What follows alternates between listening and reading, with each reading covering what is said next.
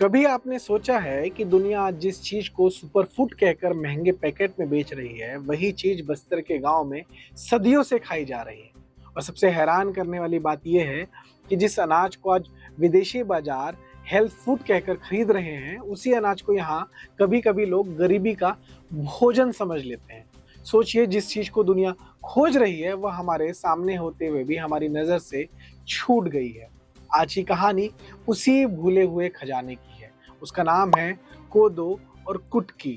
चलिए शुरू करते हैं बस्तर में संभावना का ये 5वां एपिसोड और आपको बताते हैं कोदो कुटकी कैसे बस्तर का सुपर फूड बन सकता है, बस्तर की संभावना में एक बड़ा कदम बन सकता है। मैं हूं शुभम उपाध्याय और आप देख रहे हैं द नैरेटिव।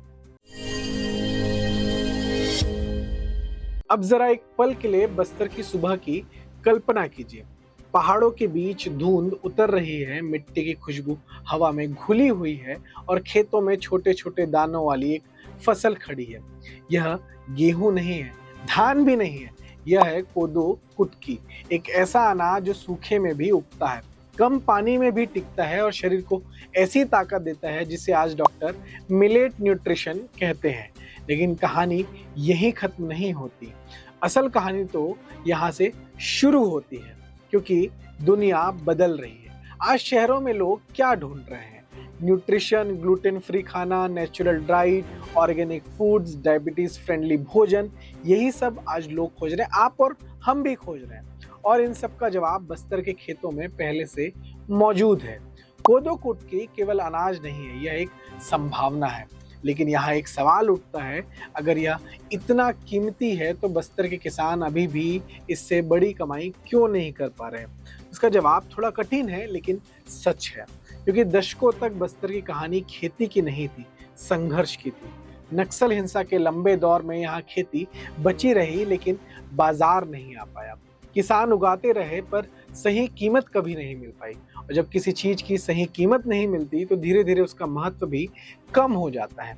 लेकिन अब जब परिस्थितियां बदल रही है, अब देश में मिलेट्स की बात हो रही है, अब स्वास्थ्य की बात हो रही है, तो लोग वापस उसी भोजन की ओर लौट रहे हैं जो कभी बस्तर की परंपरा में शामिल था। और यहीं से कोदो कुटकी की असली कहानी शुरू होती है। कल्पना कीजिए, अगर बस्तर के हर ब्लॉक में एक छोटा मिलेट प्रोसेसिंग सेंटर हो, जहां कोदो साफ किया जाए, कुटकी की ग्रेडिंग हो, पैकेजिंग हो और फिर वही अनाज बस्तर बाजार में बस्तर मिलेट्स के नाम से पहुंचे। सोचिए, आज जो अनाज गांव में साधारण कीमत पर बिक जाता है, वही अनाज शहरों में हेल्थ फूड बनकर 3 गुना 4 गुना कीमत ला सकता है। और यहाँ सबसे दिलचस्प बात तो ये आती है कि इस पूरे मॉडल में सबसे बड़ी भूमिका निभा सकते हैं बस्तर के महिला स्व सहायता समूह। महिलाएं ही बीज बचाती हैं, अनाज संभालती है और खेती की असली संरक्षक होती है। अगर वही महिलाएं प्रोसेसिंग और पैकेजिंग से जुड़ जाएं, तो कोदो कुटकी केवल फसल नहीं रहेगा, यह बन जाएगा महिला नेतृत्व वाला ग्रामीण उद्योग। अब जरा कल्पना कीजिए, एक पैकेट जिस पर लिखा हो बस्तर कोदो, बस्तर कुटकी, और वही पैकेट दिल्ली मुंबई ही नहीं विदेशों तक पहुंचे। यह कोई सपना नहीं है, यह वही चीज है जो बस्तर की मिट्टी में पहले से मौजूद है। जरूरत केवल इतनी है कि हम उसे कच्चे अनाज से ब्रांड बना दें।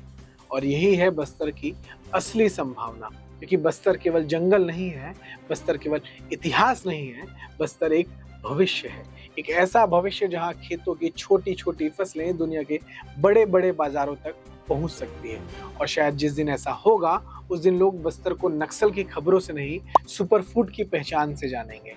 अब मैं आपसे एक सवाल पूछना चाहता हूं, क्या आपको लगता है कि कोदो कुटकी सच में बस्तर की बड़ी आर्थिक ताकत बन सकता है? अगर हाँ, तो हमें बताइए कि इस मॉडल में और क्या जोड़ा जा सकता है। कमेंट जरूर लिखिए, क्योंकि बस्तर की कहानी सिर्फ यहाँ नहीं लिखी जाएगी, उसे हम सब मिलकर लिखने वाले हैं। अगर आपको यह वीडियो पसंद आया हो, इससे संबंधित कुछ और आप सोचते हो, तो हमें जरूर कमेंट करके बताएं। इसे शेयर करें, लाइक करें और द नैरेटिव को सब्सक्राइब करें।